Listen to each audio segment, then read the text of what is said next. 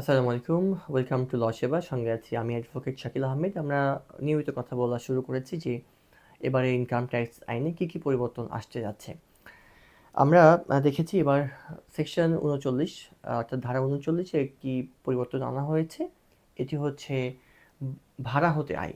অর্থাৎ আমরা দেখতাম যে আগে ভাড়া হতে আয় বলতে বোঝানো হতো যে আপনি যে বাড়ি ভাড়া কিংবা ফ্ল্যাট ভাড়া কিংবা স্পেস ভাড়া পাচ্ছেন, সেই ভাড়া তার মধ্য থেকে কিছু বিয়োজন করার নিয়ম আছে আইনে, সেই বিয়োজন বাদ দিয়ে ভাড়া হচ্ছে। এবার ভাড়ার মধ্যে একটি শব্দ আনা হয়েছে, বিশেষ ভাড়া বলে একটা শব্দ আনা হয়েছে। এই বিশেষ শব্দটা বা বিশেষ ভাড়াটাকে আইনে কয়েকভাবে ক্লারিফাই করছে।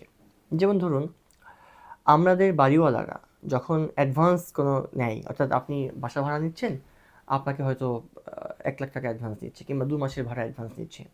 তো এই যে ২ মাসের ভাড়া উনি অ্যাডভান্স নিচ্ছেন কিংবা ১,০০,০০০ টাকা অ্যাডভান্স নিচ্ছেন আপনার বাড়ি, অফিসের স্পেস কিংবা ফ্ল্যাট কিংবা কোনো একটা খালি জায়গা, যেটাই হোক না কেন।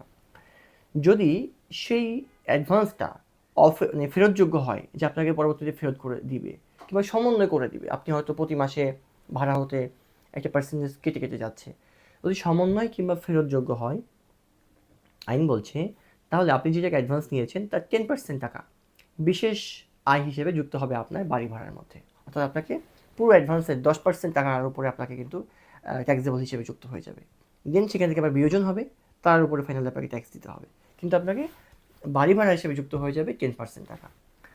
আর যদি এমন হয় যে আপনি যে টাকা নিয়েছেন পুরোটা অফেরতযোগ্য, আপনি অ্যাডভান্স নিচ্ছেন কিন্তু ফেরত দেওয়ার কোনো নিয়ম নেই কিংবা আপনি ফেরত দিবেন না, দেওয়ার কোনো প্রসেস নেই, ওইভাবেই আপনি কন্ট্যাক্ট করেছেন, তাহলে পুরো অফেরতযোগ্য পুরো টাকাটাই আপনার বিশেষ আয় হিসেবে যুক্ত হয়ে যাবে এবং বিশেষ আয়টাও কিন্তু আপনার ভাড়ার সাথে যুক্ত হয়ে যাবে। তাহলে এই যে বিশেষ আয়টা আগে আইনে ছিল না, এবার আনা হয়েছে। অর্থাৎ আগে যেটা আমরা দেখতাম যে যদি কেউ পুরো টাকাই অ্যাডভান্স নেয়, তাহলে অ্যাডভান্সটাকে আমরা আমাদের ক্যাশে যোগ করতাম, করে আমরা আবার আমাদের লায়াবিলিটিতে মাইনাস করে রাখতাম, সমান হয়ে যেত। কিন্তু এবার কিন্তু আপনাকে এই যে 10% টাকা ফেরতযোগ্য টাকা, 10% টাকা যুক্ত হয়ে যাবে আপনার আয়ের মধ্যে, যেটি আগে আয়ের মধ্যে যোগ হতো না। এই একটা পরিবর্তন কিন্তু এসেছে। ভাড়া হতে আয় পরিগণনার ক্ষেত্রে এটা আপনাকে খেয়াল রাখতে হবে। ধন্যবাদ সবাইকে।